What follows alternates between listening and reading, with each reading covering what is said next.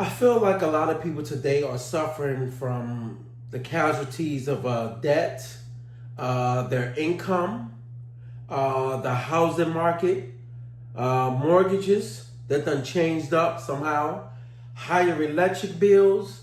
I think a lot of people, especially for the state I live in right now, the state I live in, I'm not from here, but I live in this state now for years, for maybe since 2014, 15. And I'm seeing a big difference from other states, but I see a lot of other states are probably suffering from the same thing. But I think this is interesting. Before I start talking about what's going on today when it comes to the affordability, I think we need to hear this. There's a high-stakes race that we are watching closely, and it's for the governor of New Jersey. Folks say their top issue is cost of living. Both candidates pitching different visions, and Jamal Hawley is a former New Jersey assemblyman, now turned advisor to Chitterelli for governor campaign.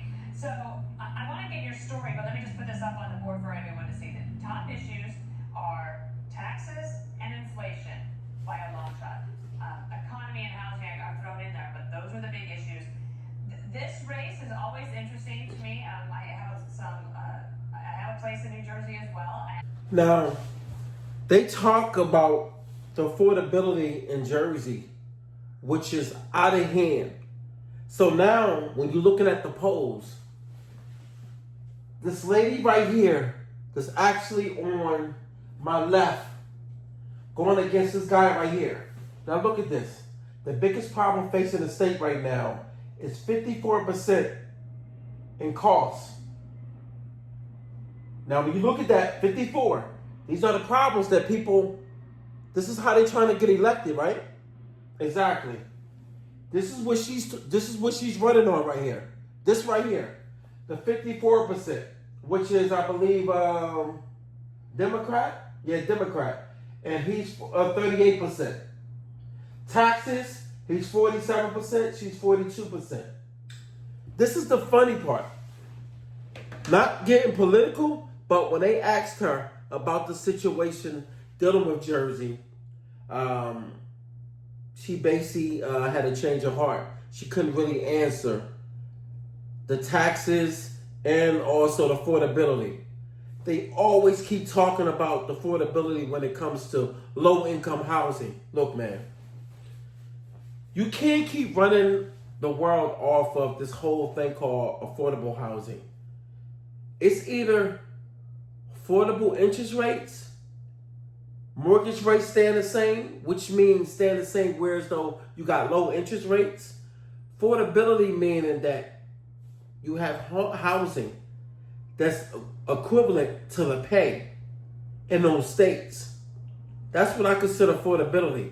You can't keep looking at affordability as low-income project housing and stuff like that. That's not flowing no more. No.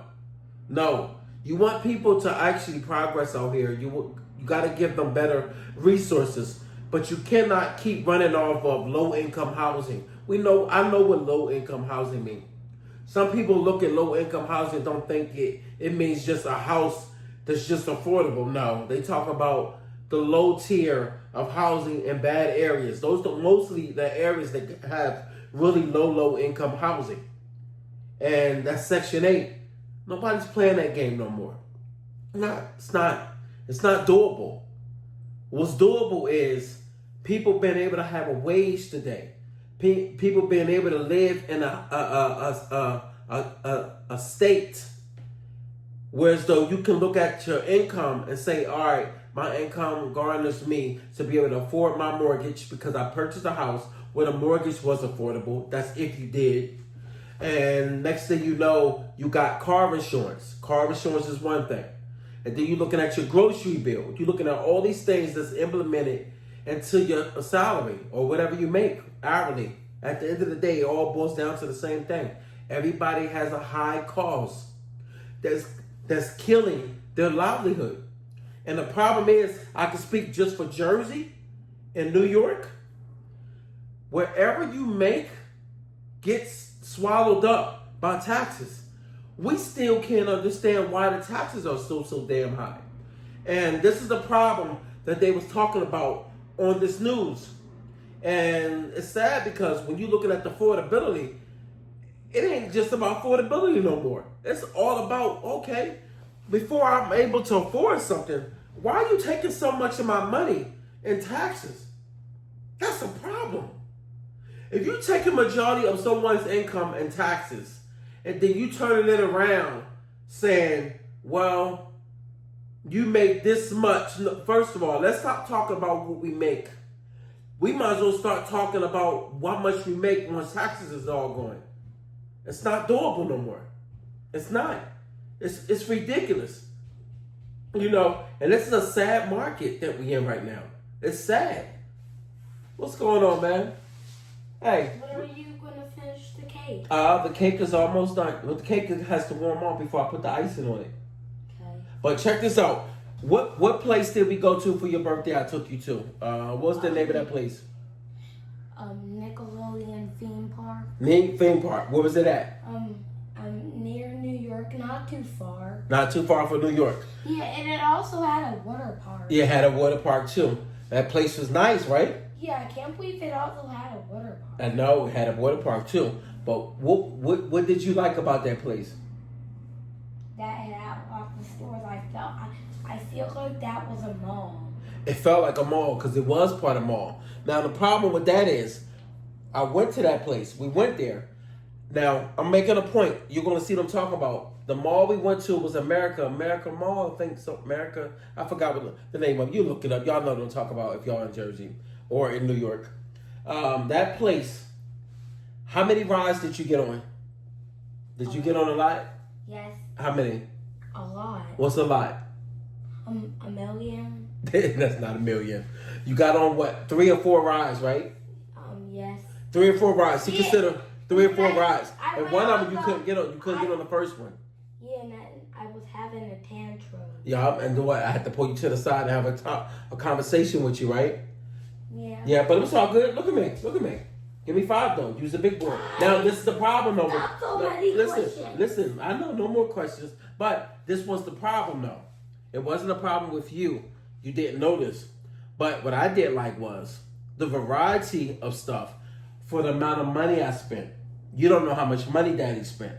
And I spent a lot of money. I spent almost $300 just for me and him to go there. And what's sad is it's not an endless amount of rides. It's actually overpriced. Now, when we left there, you stayed in the one area and you played there the whole time the rest of the day, right? Yeah. Now, when I took you to Yeah, guess but what? listen. What the- But listen. When I took you, okay, go ahead and talk. So the first time I got in there, What was it? It was the slides and stuff, right? I was mad.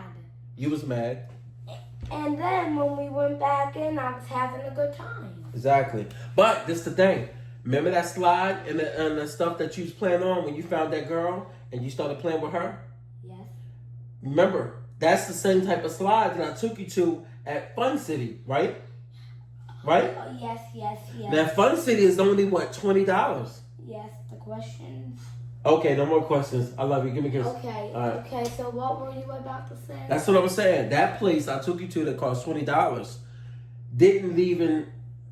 You had more variety there. You had more fun.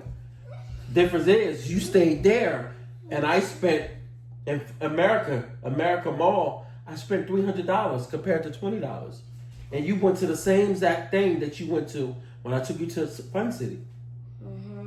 Because I love the trampoline. Exactly. And they also have ball pits. Yeah. Thank you, dude. But I'm gonna come put the icing down in a little bit. All right. Once it cools all the way off, it's not all the way off. I can't do it while it's hot. All right. It's not hot. No, it's warm. I can't put the ice on it yet. It'll soak down into the cake. All right. Yes. All right. Love you. Don't touch that cake. All right. I will. All right. It just happened to walk in while I was talking. So that's my point right there. My point exactly is when you out here, even with kids, when you go places, you're being overcharged. It is so out of hand. So and look, I don't think it's a. I don't really know what we can do about it. Only thing that can happen is the taxes change and go down. But depending on what city you in, what city you are in, who knows? Who knows? All I know is now we're paying for everything. It's just out of hand. Sad, man. It just makes me realize that the world we living in right now, how government is setting everything up, they don't give a damn about the American people. Every time you look, something is going up, the tax is going up, insurance going up, car notes are getting higher. Not getting, they're already high. But when I say getting higher, you got cars that used to be 50, now 70 and 80. And then they're not even putting out certain models. They're putting a higher tier model so you can spend more bread. They're stretching car loans out so you can spend more money and on the illusion of thinking that you're spending less. They spread the car note out. Now you're like, oh, I got a lower car note. Not realizing you done spent almost damn near 1/3 more on the car. Sometimes even half more. It's like you could have bought 2 of your vehicles. Damn near. Especially once the interest rate kick in.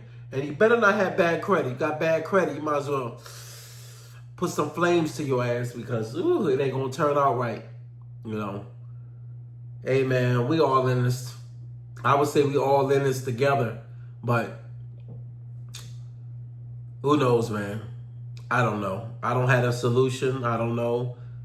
I just wanted to talk about an event. Like and subscribe. Peace, y'all.